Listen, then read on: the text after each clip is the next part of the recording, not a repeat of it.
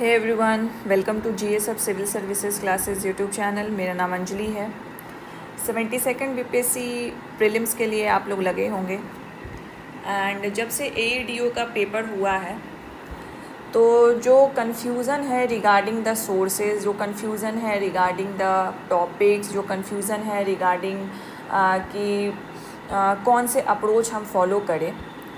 I know many of you having this confusion in your mind, और इसी से related मैंने लास्ट वीडियो भी अपलोड की थी इन विच आई हैव टॉक्ड अबाउट कि एईडीओ में जो साइंस के क्वेश्चन इतने हार्ड जो थे वो कहाँ से बीपीएससी ने पिक किया था। And the conclusion that we have drawn in that video कि एनसीईआरटी का इम्पोर्टेंस बहुत ज़्यादा बढ़ चुका है। ठीक है, सो जो लोग भी जीएस हब से पहले से जुड़े हैं, मेंटरशिप से जुड़े हैं, जो लोग भी वीडियोस हमारी देखते हैं, I have told you multiple times कि जो एनसीईआरटी है this should not be done for every subject,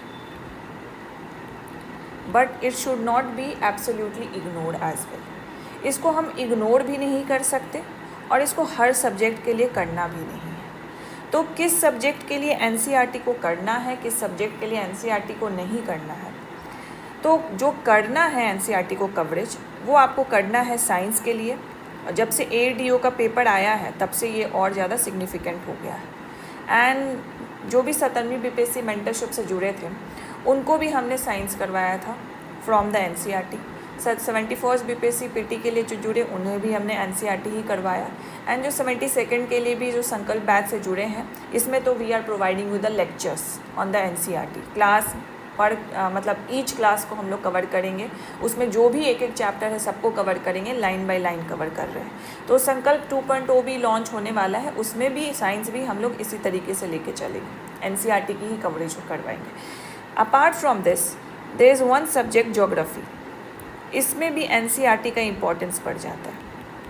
ठीक है, तो साइंस और ज्योग्राफी का weightage not in the same ratio, but geography से भी इधर इम्पोर्टेंस हमें देखने को मिलती है। लाइक 10 to 12 क्वेश्चन ज्योग्राफी से रहते हैं, it can lead up to like 15 to 16 question as well. तो अगर ज्योग्राफी आपको कंप्लीट करना है, because for the civil services examination आप क्या देखोगे, आप देखोगे you have to complete the syllabus first. अभी आपके पास 2.5 महीने हैं, उस 2.5 महीने में आप ट्राई करो ना कि मुझे आप सिलेबस पूरा कंप्लीट करोगे। और ये जो गेम होता है कि कौन सा सब्जेक्ट मुझे नहीं करना, कौन सा सब्जेक्ट मुझे करना है, ये तब काम आता है जब आपके पास टाइम कम है। अभी आपके पास टाइम है, इसमें आप सारे सब्जेक्ट को टच कर सकते हो। तो geography is also one of such subject कि इसका स्कोरिंग रेट बहुत हाई होता है, क्योंकि दिस इज़ थोड़ा सा टेक्निकलिटी है अगर थ्योरी पूछ दी बीपीएससी, वरना ज़्यादातर इसमें फैक्चुअल ही है जो एनसीईआरटी से बीपीएससी पूछती है। ठीक है, तो ज्योग्राफी के लिए भी आपको एनसीईआरटी करना है एंड साइंस के लिए आपको एनसीईआरटी करना है। अब बोलोगे कि हिस्ट्री के लिए एनसीईआरटी करें, पॉलिटी के लिए एनसीईआरटी करें, इको के लिए एनसीईआरटी करें, आई वुड से कि no, don't do NCERT for these subject. इसके लिए रिक्वायर्ड ही नहीं है एनसीईआरटी। इसके लिए जो कन्वेंशनल सोर्स है कि आप स्पेक्ट्रम फॉलो करो, लक्ष्मीकांत फॉलो करो। इकोनॉमिक्स के लिए आई डोंट थिंक कि बीपीएससी में कोई आप किसी बुक को फॉलो करो। यहाँ पे चुनिंदा 5 से 6-7 टॉपिक ऐसे हैं जो आपको इकोनॉमिक्स के लिए कवर करना है, and this will be handle through current affairs. It will B सबस्यूम in the current affairs itself, economics वाला पार्ट। ठीक है, तो ये जो सब्जेक्ट्स है इसके लिए मत करो, लेकिन साइंस और ज्योग्राफी के लिए करो। ठीक है, तो considering the changing approach of the BPSC and considering the importance of the NCERT in the BPSC prelims examination, I am launching a NCERT series for you all. It will be taken on the YouTube itself by me. ठीक है, so the NCERT series I am starting with the geography. ठीक है, NCERT के जो lectures हैं वो आपको science की मिल रही है हमारे ऐप पर। ऑलराइट, और इसका जो क्लास 11th एंड 12th है उसका आई विल बी डीलिंग विथ। ठीक है, क्योंकि क्लास 11th एंड 12th इस थोड़ा हार्ड है एंड उसमें ऐसे सारे टॉपिक्स हमें नहीं करने, जैसे मैंने एईडी वाले लेक्चर में आपको बताया है। जैसे गॉस लॉ हो गया, और भी बहुत सारे आपको थ्योरीज और लॉज मिलेंगे जो बहुत टेक्निकलिटीज़ में जाते हैं, तो वो हमें नहीं करने हैं। ठीक है, और ऐसा भी नहीं आप सोचो कि 1-2 मैंने कमेंट देखा है, 1-2 मुझे भी आया कि AEDO is like 1 shift of exam. ठीक है, एक शिफ्ट में एग्ज़ाम है तो इसीलिए फ़िल्टर आउट करने के लिए इतना हार्ड कर दिया। तो CSE is not like AEDO ना, CSE का तो स्टैंडर्ड ज़्यादा है, तो obviously the toughness if the BPSC is in the mood कि वो इंक्रीज़ करेगी डिफ़िकल्टी को, बिकॉज ऐसा उनका रुख हमें देखने को मिल रहा है considering the changes in the interview itself, considering the 71st BPSC mains का पेपर हार्ड किया उन्होंने, ठीक है। तो how can we on the believe, हमें इसी बिलीव पे कैसे रहेंगे कि BPSC का जैसा पेपर आता था वैसा ही आएगा, कुछ तो अप्रोच हमें भी चेंज करना पड़ेगा। एंड एक हिंट उन्होंने AEDO के पेपर से दे दिया है, तो हमें सारे एक्सपेक्ट को लेके चलना है। तो इसीलिए आई एम सेइंग कि NCERT से ज्योग्राफी एंड साइंस करो। I am going to start geography here and फिर कंसिक्वेंटली हम लोग साइंस भी स्टार्ट करेंगे। साइंस का 7 to 10 जो हो रहा है क्लास का, वो लेक्चर्स ऑलरेडी ऐप पे अपलोडेड है। It is the part of संकल्प बैच, एंड संकल्प 2.0 जो 12 मई से स्टार्ट होने वाला है उसमें है, ठीक है। And the lecture is taken by the BPSC rank holders, ठीक है। And the class 11th and 12th science का lectures I will be taking, and NCERT का ज्योग्राफी हम लोग आज शुरू करते हैं। ऑल राइट, सो इसके साथ आई will be providing you the my hand retain notes so that आपका रिवीजन बहुत फास्ट होता है। ऐसे जो जैसे क्लास आज हम लोग जो स्टार्ट करने वाले हैं वो क्लास 7 का चैप्टर 1 बहुत बेसिक सा चैप्टर है, 10 मिनट लगेगा आपको पढ़ने में, बट आई नो आप लोग बहुत लेज़ी हो। अगर मैं बोलूँ कि NCERT बुक खोल के पढ़ो तो नहीं पढ़ना, लेकिन वही मैं बोलूँ कि अगर अच्छा देखो नोट्स बहुत अच्छा सा चकमका मतलब चमकीला नोट्स आपको मिल रहा है तो वो आप पढ़ लोगे, ठीक है। तो यही दिक्कत है, हमें जहाँ पे फोकस करना चाहिए वहाँ फोकस नहीं करते हैं, और जो मार्केट में नोट्स हमें मिलते रहते हैं हम उस पर फोकस करते हैं। अगर खुद से बुक पढ़ लेते हो बहुत अच्छा है, बहुत अच्छा। अगर दिक्कत हो रही है तो you can follow this series that I M launching today, ठीक है। तो एक एक दिन पे हम लोग एक एक चैप्टर्स को कंप्लीट करेंगे and we will solve the exercises जो 5-6 क्वेश्चन लास्ट में दिए रहते हैं ना चैप्टर के एंड में, उसको भी हम लोग एक बार सॉल्व कर लेंगे। एंड इसका एक जगह नोट्स बना लो, एंड ये जो PDF है नोट्स का ये मैं टेलीग्राम पे शेयर कर दूँगी। टेलीग्राम का लिंक आपको डिस्क्रिप्शन और कमेंट में मिल जाएगा। चलिए तो हम लोग स्टार्ट करते हैं। So the first chapter I am dealing here is the from the class 7th के NCERT, उसका चैप्टर नंबर 1 है इन्वायरमेंट, उस पर बात करेंगे हम लोग। एंड डोंट वरी साइंस का भी आएगा, ऐसा मत सोचना साइंस का नहीं आएगा, साइंस का भी आएगा, ठीक है। चलो तो ये है, मैंने लेटेस्ट ही बुक ये डाउनलोड की है फ्रॉम द NCERT वेबसाइट, तो वहाँ से ये चैप्टर 1 है। पहले हम लोग चलो एक बार चैप्टर ही देख लेते हैं कि कौन कौन से चैप्टर्स हैं।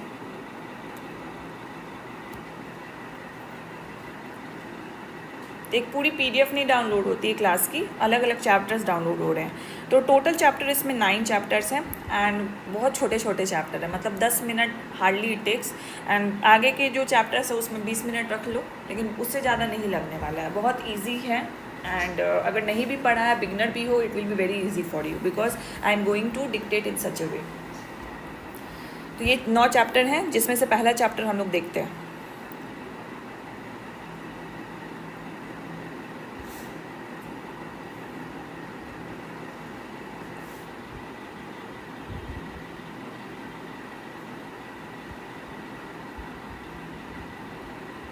Let me open it.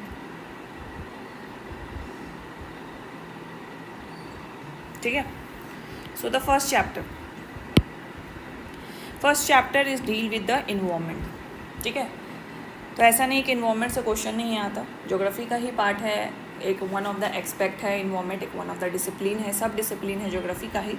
तो इन्वायरमेंट चैप्टर है NCERT का, क्लास 7 से हम लोग स्टार्ट कर रहे हैं चैप्टर नंबर 1। क्लास 6 बहुत ज़्यादा बेसिक हो जाता है, आई डोंट थिंक सो कि आपको उसको करने की ज़रूरत है, जो even for the science I would से। तो क्लास 7 से क्लास 10 तक करो, एंड क्लास 11th and 12 जैसा मैंने बताया था कि कुछ टॉपिक्स आपको साइंस के लिए करना है। एंड ज्योग्राफी के लिए we will do till class 12, क्योंकि क्लास 11 and 12 बहुत ज़्यादा सिग्निफिकेंस रखता है CSE एग्ज़ाम के लिए। सो इन्वायरमेंट, ठीक है। तो यहाँ पे जब भी आप NCERT पढ़ोगे ना, बी इट साइंस और बी इट ज्योग्राफी, तो उसमें आपको स्टोरीज़ देखने को मिलेगी, एंड आपको साइड में छोटे छोटे आपको नोट्स भी देखने को मिलेंगे, कहीं ग्रोसरी होगा, कहीं नोट्स होगा, कहीं इंपॉर्टेंट फैक्ट्स होंगे, ठीक है। तो वो सब पे भी हमें ध्यान देना है। अब देखो यहाँ पे पूरी लंबी सी स्टोरी है, इसको पढ़ने में आपको 5 मिनट लगेगा।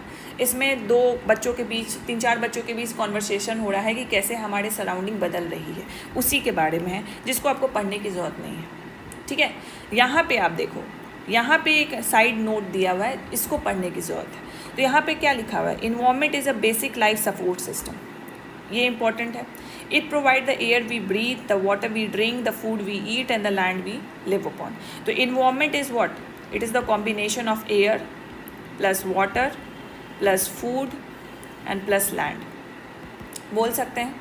इस इन्वायरमेंट को ह्यूमन बींग्स मॉडिफाई करती है, ऑब्वियसली मॉडिफाई करती है। तो ह्यूमन का इम्पैक्ट है इस इन्वायरमेंट पे, मतलब human environment modifies the natural environment, बोल सकते हैं। ठीक है, तो यहाँ से ओनली 1 पॉइंट और 2 पॉइंट इज सिग्निफिकेंट है जो आपको नोट्स में जॉट डाउन करने हैं कि environment is a basic life support system and it is the combination of air, water, food and land. ठीक है, उसके अलावा कोई भी चेंजेस इसमें डालने की ज़रूरत नहीं है। अब नेक्स्ट चलो, पहला पेज हमने कंप्लीट कर दिया। तो इन्वायरमेंट क्या होता है? Environment is basically the surrounding which is the combination of the different components. अब वो कॉम्पोनेंट्स हम लोग आगे देखने वाले हैं। ठीक है, तो अगर हम नेक्स्ट जो मैं बोल रही थी कॉम्पोनेंट्स ऑफ इन्वायरमेंट, तो कॉम्पोनेंट्स ऑफ इन्वायरमेंट में इन्होंने 3 प्रकार के कॉम्पोनेंट्स दिए हैं, natural components, human made and the human. ठीक है, तो ऐसा नहीं है कि सिर्फ ह्यूमन के द्वारा भी जो चेंजेस किए जा रहे हैं वो भी इन्वायरमेंट का पार्ट है, तो नेचुरली जो हमें मिले हैं वो भी इन्वायरमेंट का पार्ट है। अब नेचुरल में आ जाओ, तो नेचुरल में इन्होंने बताया है कि इसके भी 4 सब कॉम्पोनेंट्स हैं। वाटर जिसको हाइड्रोस्फीयर बोलते हैं, एयर जिसको एटमॉस्फेयर बोलते हैं, लैंड जिसको लिथोस्फीयर बोलते हैं, लिविंग बीइंग जिसको बायोस्फीयर बोलते हैं। ठीक है, अब ह्यूमन जो सेकंड कंपोनेंट है ह्यूमन। अब ह्यूमन का मतलब सिर्फ होता नहीं है कि आदमी या औरत, मेल या फीमेल नहीं है। This is not only about the individuality. तो इंडिविजुअल तो है ही, साथ साथ जो फैमिली है, एक परिवार है, उसको भी ह्यूमन के सब कंपोनेंट में ही रखेंगे। और एक कम्युनिटी जो बनती है, एक सोसाइटी जो बनती है, उसको भी ह्यूमन के सब कंपोनेंट में ही रखेंगे। जो रिलीजन है, अलग अलग धर्म में जो लोग बटे हुए हैं, उसको भी ह्यूमन के कंपोनेंट में ही रखेंगे। एजुकेशन है, उसको भी ह्यूमन के ही कंपोनेंट में रखेंगे। जो भी इकोनॉमिक एक्टिविटीज़ हो रही है उसको भी ह्यूमन के कंपोनेंट में रखेंगे। एंड जो भी पॉलिटिकल सिचुएशन हैपनिंग हो रहा है उसको भी ह्यूमन के कंपोनेंट में ही रखेंगे। ठीक है, तो human is not only the these parameter but also the these. तो अगर आपसे क्वेश्चन पूछा जाएगा कि in the components of the environment which is human, which of the following things or which of the following points are in the human component of the environment, तो आपको ये अगर रिलीजन, एजुकेशन, इकोनॉमिक्स और political situation ऐसे दिया रहेगा तो आप इसको इग्नोर कर दोगे, और ये दिया रहेगा तो आप इसको टिक कर सकते हो। तो यहाँ पे इम्पॉर्टेंस आ जाता है एनसीईआरटी का कि ये सारे भी पार्ट हैं ह्यूमन इन्वायरमेंट के। ठीक है, ह्यूमन कंपोनेंट ऑफ इन्वायरमेंट के। ठीक है, because is some another way it impacts the human in the environment, that's why it is the sub component of the human component. Alright, अगर हम third component में आते हैं कि जो कुछ भी मॉडिफिकेशन, जो कुछ भी एक ह्यूमन बनाता है वो भी इन्वायरमेंट का कॉम्पोनेंट है। तो ह्यूमन मेड क्या क्या हो सकता है? पार्क हो सकता है, रोड एंड ब्रिजेस हो सकते हैं, इंडस्ट्री हो सकती है, मॉन्यूमेंट्स हो सकते हैं, बिल्डिंग्स हो सकती है, and all the different types of things that human modifies the natural environment in order to satisfy his need or want। ठीक है, तो वो सारे मॉडिफिकेशन ह्यूमन मेड में आ जाएंगे। ठीक है, तो अगर हम कंपोनेंट की बात करें तो इन्वायरमेंट के कितने कंपोनेंट हैं? 3 कंपोनेंट हैं, natural, human and the human made. ठीक है, तो ये सारे जो पॉइंट्स हैं इसको भी आपको लिखने की ज़रूरत है। अब let me show you the notes that I am going to provide. Chapter 1 हमने क्या पढ़ा? Environment is our basic support system, पढ़ा। Human can modify the natural environment, पढ़ा। कंपोनेंट्स ऑफ इन्वायरमेंट में हम लोग देखा, नेचुरल में वाटर है, एयर है, लैंड है, लिविंग थिंग्स है। ह्यूमन में इंडिविजुअल है, फैमिली है, कम्युनिटी है, रिलीजन है, एजुकेशनल है, इकोनॉमिक एंड पॉलिटिकल सिचुएशन है। एंड ह्यूमन मेड में क्या क्या है? इंडस्ट्री है, रोड ब्रिजेस है, पार्क्स है, बिल्डिंग्स एंड द मॉन्यूमेंट्स। ठीक है, अब इतना उसमें कितना था? 2 पेज में था, इसमें आपको 1 पन्ना भी नहीं है, आधा पेज में आपका ये आ गया। बड़ा बड़ा मैंने लिखा है तो ये आधा ले रहा, नहीं तो ये लाइक 1/4 ऑफ द पेज में आ जाएगा ये। ठीक है, तो ये फास्टर रिवीजन का टेक्निक है। और अगर आपको नोट्स खुद का बनाना है तो खुद का इस तरीके से बनाते जाओ। It will be like a prototype for you कि अपना नोट्स कैसे बना सकते हो। चलो next, coming to the next part of the chapter, कि ऊपर के कन्वर्सेशन से हमें क्या पता चलता है कि जो प्लेस है, पीपल है, थिंग्स है, नेचर है, जो किसी एक लिविंग ऑर्गेनिज्म को सराउंड करता है उसी को हम लोग इन्वायरमेंट बोलते हैं। ठीक है, इन्वायरमेंट किसको बोलते हैं? एक लिविंग ऑर्गेनिज्म जो सेंटर ऑफ द सब्जेक्ट है, ठीक है, उसको सराउंड कर रहा है क्या, कौन सा प्लेस है, जो पीपल्स हैं, थिंग्स है और जो नेचर है, उसी को हम लोग इन्वायरमेंट बोलते हैं। ठीक है, तो जब इसके सराउंडिंग में जो एलिमेंट्स आपको दिख रहे हैं, इसमें दो टाइप्स के आपको एलिमेंट दिखेंगे, एक जो बायोटिक है, एक जो एबायोटिक है। ठीक है, बायोटिक मतलब जिनमें जान है, एबायोटिक मतलब जिनमें जान नहीं है। ठीक है, तो यहाँ पे आपको दो टाइप के दिखेंगे, एक natural human made phenomena. Human made phenomena में आपके थिंग्स आ जाएंगे, प्लेसेस भी आ जाएंगे कि प्लेसेस को ह्यूमन मॉडिफाई करती है। तो it is the natural environment refer to the both biotic and the abiotic conditions existing on the earth.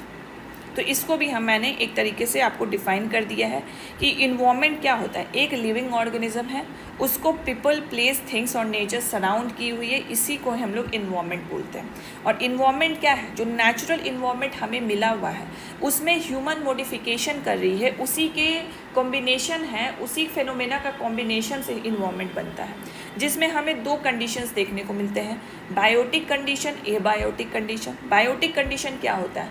Living organism, इसके भी दो कंपोनेंट हैं, plant component and the animal component. ठीक है, ह्यूमन बींग्स भी क्या है? एक एनिमल ही है। ऑलराइट, फंगस, मान लो एक फंगस प्लांट का ही टाइप है, एनिमल का ही टाइप है।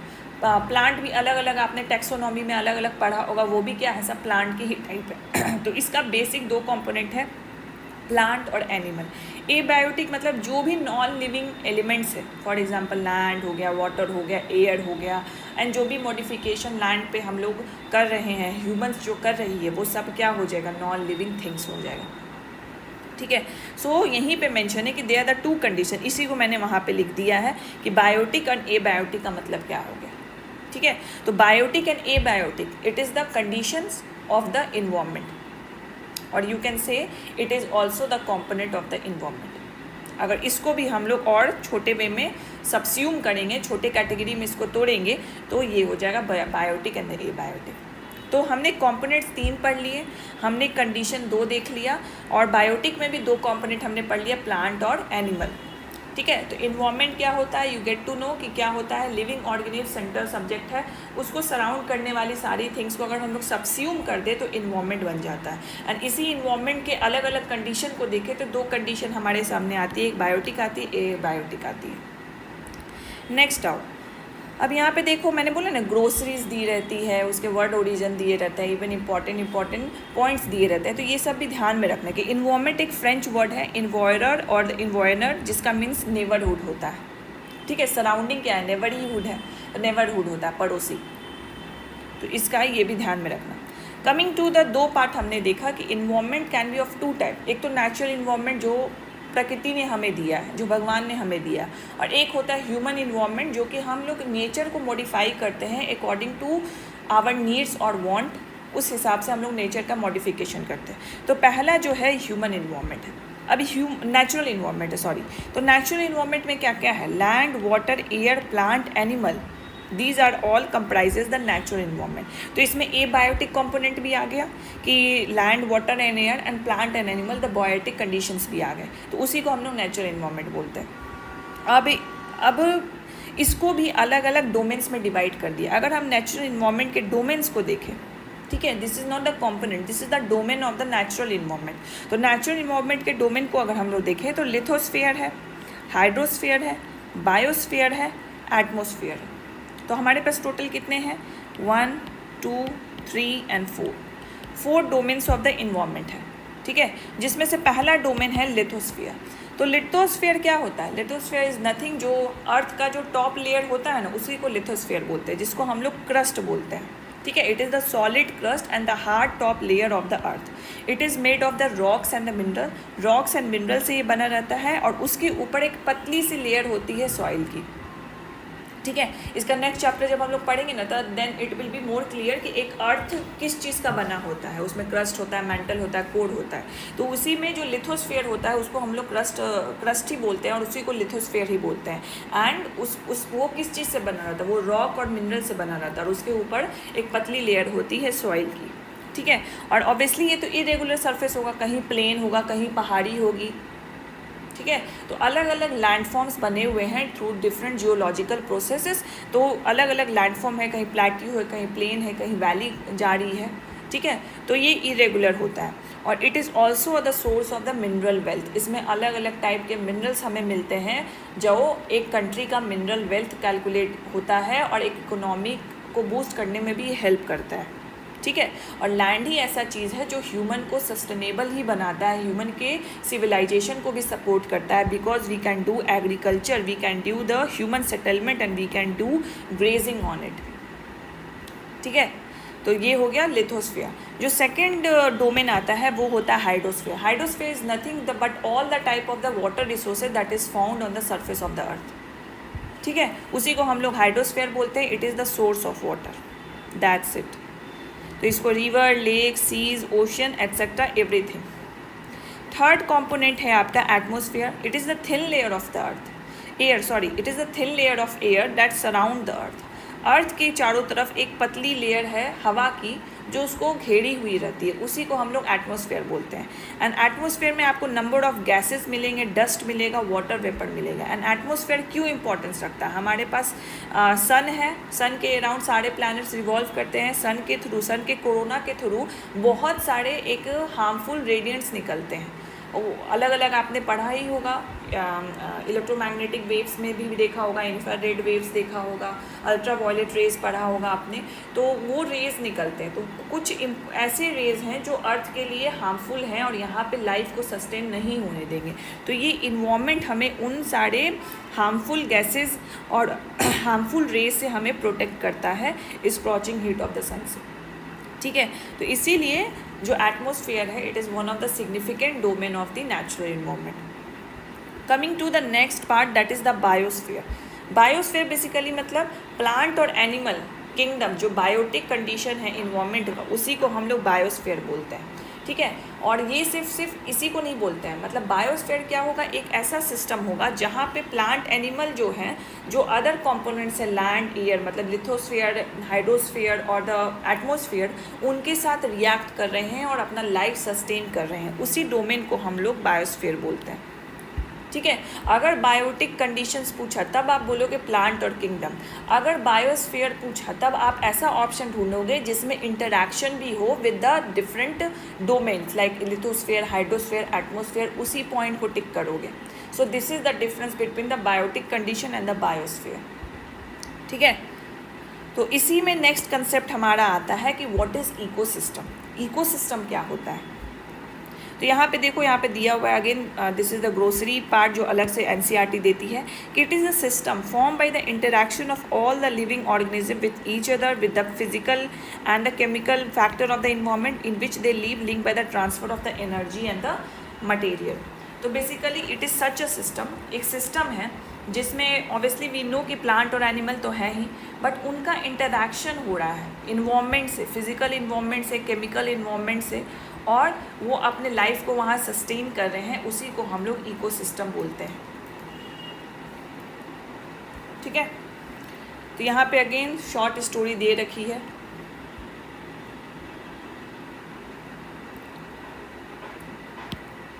तो अलग अलग, फॉर एग्जांपल इन्होंने यहाँ पे जैसलमेर के बारे में बात किया है, डिज़र्ट के बारे में बात किया है, केरला में इन्होंने लश ग्रीन फील्ड्स के बारे में बात की है, और यहाँ पे डिज़र्ट के बारे में अगेन बात हुआ है, वेजिटेशन के बारे में कैसे वैरी होती है उसके बारे में बात की है, just to give you the brief introduction कि इकोसिस्टम होता क्या है। अब आपके मन में एक कन्फ्यूज़न आ रहा होगा कि बायोस्फीयर और इकोसिस्टम में क्या डिफरेंस है, ठीक है। इकोसिस्टम बेसिकली फॉर एग्जांपल ये मान लो ये लेक का इकोसिस्टम है। तो एक छोटी सी क्या बोलूँ मैं, एक स्पेसिफिक लोकल कम्युनिटी है लिविंग ऑर्गेनिज्म का, जिसमें प्लांट और एनिमल्स दोनों हैं, और वहाँ पे वो इंटरैक्ट कर रहे हैं एक दूसरे से, एज वेल एज वो ए बायोटिक कंपोनेंट से भी इंटरैक्ट कर रहे हैं, लैंड से इंटरैक्ट कर रहे हैं, एयर से इंटरैक्ट कर रहे हैं, वाटर से इंटरैक्ट कर रहे हैं, उसको हम लोग इकोसिस्टम बोलते हैं।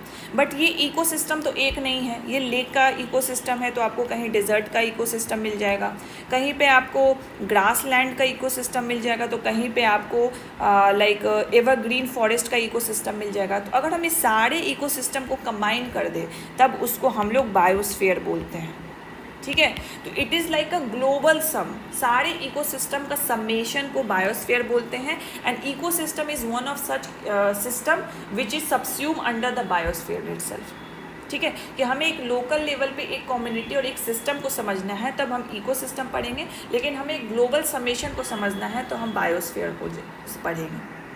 चलिए नेक्स्ट हम लोग देखते हैं। तो इससे हमें क्या पता चलता है कि all plants, animal, human being depend upon their immediate surrounding, और यही रिलेशनशिप जो लिविंग ऑर्गेनिज्म का और रिलेशनशिप ऑर्गेनिज्म और उसके सराउंडिंग के साथ जो होता है उसी को हम लोग इकोसिस्टम बोलते हैं। For example ecosystem of large rain forest, Amazon forest ले लो, ग्रास लैंड ले लो, डेजर्ट ले लो, माउंटेन ले लो, लेक ले लो, river, ocean, even the small pond, उसको हम लोग इकोसिस्टम बोलते हैं। And obviously on 5 June every year world environment day को सेलिब्रेट किया जाता है, ठीक है।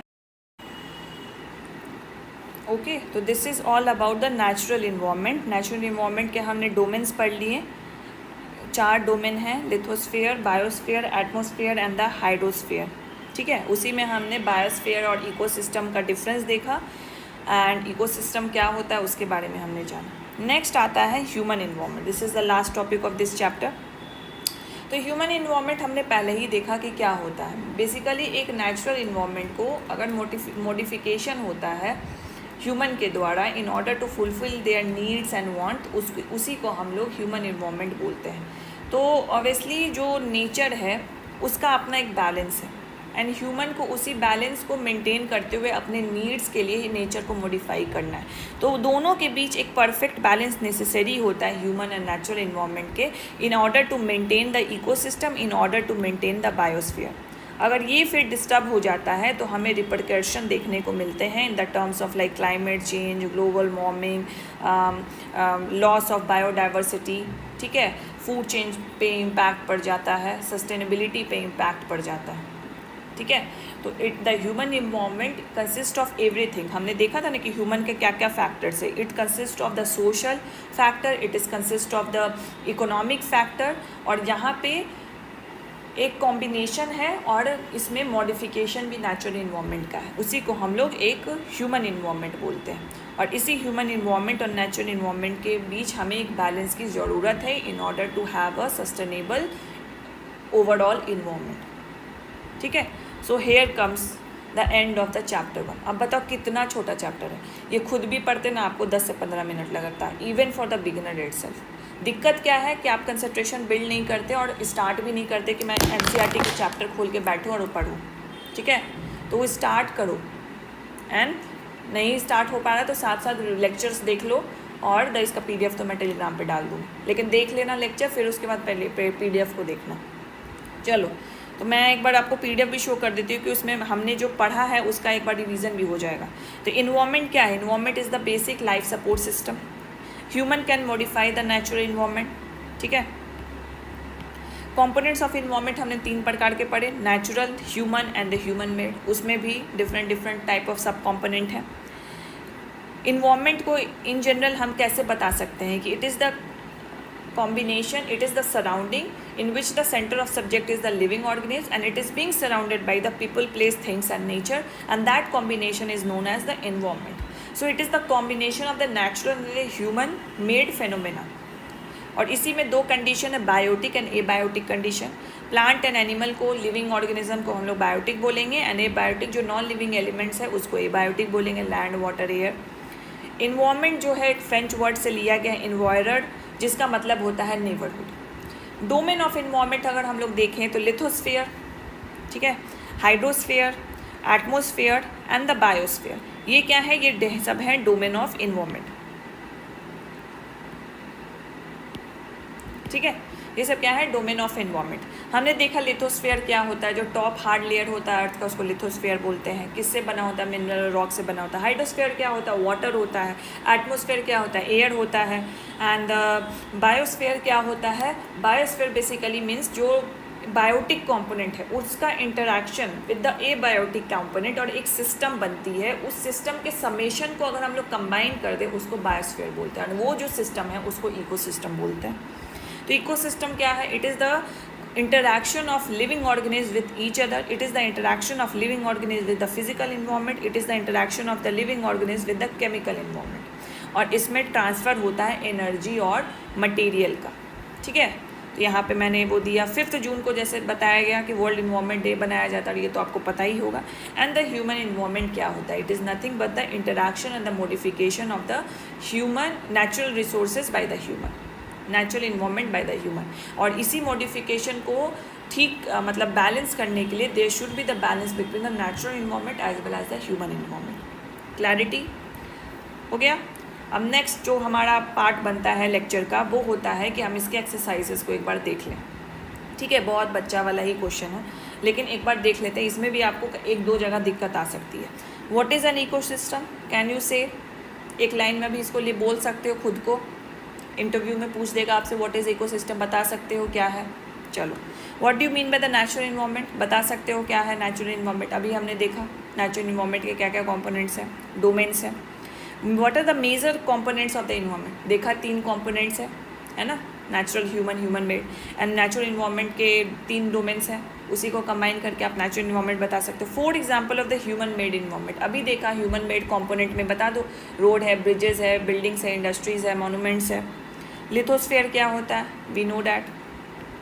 2 major component of the biotic environment. अब बताओ 2 मेजर कॉम्पोनेंट क्या पढ़ा है हमने? Plant and animal, 2 major component. चलो नेक्स्ट पे आते हैं, बायोस्फीयर क्या होता है? It is also the global sum of the all the ecosystem. And the ecosystem क्या है? एक सिस्टम है जहाँ पे लिविंग बीइंग अपने केमिकल और द फिजिकल इन्वायरमेंट से इंटरैक्ट करती है, उसी को बायोस्फीयर बोलते हैं। नेचुरल इकोसिस्टम कौन सा है इसमें? नॉट ए नेचुरल इकोसिस्टम का, ये तो नेचुरल है, ये भी नेचुरल है। Aquarium not a natural ecosystem. Component of the human environment, not a component of the human environment. तो ह्यूमन इन्वायरमेंट का कंपोनेंट कौन नहीं है? Land, religion, community. लैंड तो हमारा नेचुरल इन्वायरमेंट में आता है, लिथोस्फेयर तो ये नहीं है। Which is a human made environment? अब ह्यूमन मेड इन्वायरमेंट कौन सा है? रोड है, सी है, माउंटेन है, ये सब तो जियोलॉजिकल प्रोसेसेस से बनता है, ये सब तो नेचुरल इन्वायरमेंट है, तो रोड है। Which is the threat to the environment? Growing plant, growing population and the growing crops. Obviously यहाँ पे थोड़ा सा क्या बोलते हैं मैं, ब्रॉडर पॉइंट्स नहीं दिया गया है, बट ग्रोइंग प्लांट से तो इन्वायरमेंट पे ज़्यादा इम्पैक्ट नहीं पड़ेगा, ग्रोइंग क्रॉप से भी ज़्यादा उतना इम्पैक्ट नहीं पड़ेगा। कि हाँ आप CSE के लिए तैयारी कर रहे हो तो कि हाँ कि सॉइल की फर्टिलिटी कम हो जाएगी तो उससे दिक्कत होगा। बट यहाँ पे देखो हमेशा ना क्वेश्चन में पॉइंट्स ऐसा नहीं होता है कि बिल्कुल ब्लैक और वाइट हो, कभी कभी ग्रे एरियाज़ भी होते हैं। उसी ग्रे एरियाज़ में हमें सबसे darker side of grey area को मार्क करना होता है, ठीक है। तो यहाँ पे अगर तीनों में देखें तो ग्रोइंग पॉपुलेशन वुड बी सच, ज़्यादा पॉपुलेशन बढ़ जाएगा, रिसोर्सेज कम पड़ जाएंगे, इन्वायरमेंट पे बैलेंस बिगड़ जाएगा। इसका मतलब ये है मैल्थूसियन प्रिंसिपल, अगर आपने पढ़ा होगा तो। चलो मैच द फॉलोइंग। अब यहाँ पे देखो 4 ऑप्शन है और यहाँ पे देखो 5। तो ऐसा भी बीपीएससी कर सकती है just to make a confusion on, ठीक है, क्योंकि 4 होता है तो अगर 2-3 पता होता है तो एक तो ऐसे ही लग जाता है। यहाँ पे 6 उन्होंने दे दिया। अब बायोस्फीयर क्या होता है? अभी मैंने बताया कि बायोस्फीयर क्या होता है, तो narrow zone where the land water air interact, ई हो जाएगा। एटमोसफेयर क्या होता है? Blanket of air which surround the earth. Hydrosphere क्या होता है? Domain of water. And the environment क्या होता है? आवर सराउंडिंग, ठीक है, ऑलराइट। तो ये होता है, ये है आपका करेक्ट। तो ई हो गया, एटमोसफेयर ए हो गया, हाइड्रोस्फेयर बी हो गया, इन्वायरमेंट क्या हो गया? डी हो गया। अब relationship with the organism their surrounding. अब ये बोलोगे कि ये बायोस्फीयर है कि नहीं है? नहीं, ये इसको इकोसिस्टम में डालो ना, एक इकोसिस्टम में रिलेशन बनता है एंड उसी का एक नैरो मतलब वाइडर जोन, नैरो जोन ले लेंगे तो उसको बायोस्फीयर बोल देंगे, ठीक है। तो ये आपका कंप्लीट होता है chapter 1 of the NCERT geography class 7th, ठीक है। फिर नेक्स्ट सेशन में हम लोग इसका चैप्टर 2 करेंगे एंड बहुत इजीली कंप्लीट हो जाएगा। देखो कितना कम ही टाइम में हमने चैप्टर कंप्लीट कर लिया, हमने एक्सरसाइजेस भी सॉल्व कर लिए। और इसी तरीका का मतलब साथ साथ अगर खुद भी नोट्स बनाते रहोगे ना, that will be more beneficial to you, क्योंकि मैं तो दे ही दूँगी, लेकिन आप खुद से भी बनाओगे ना तो जब लिखते हैं ना तो ज़्यादा दिन तक हमें याद रहता है।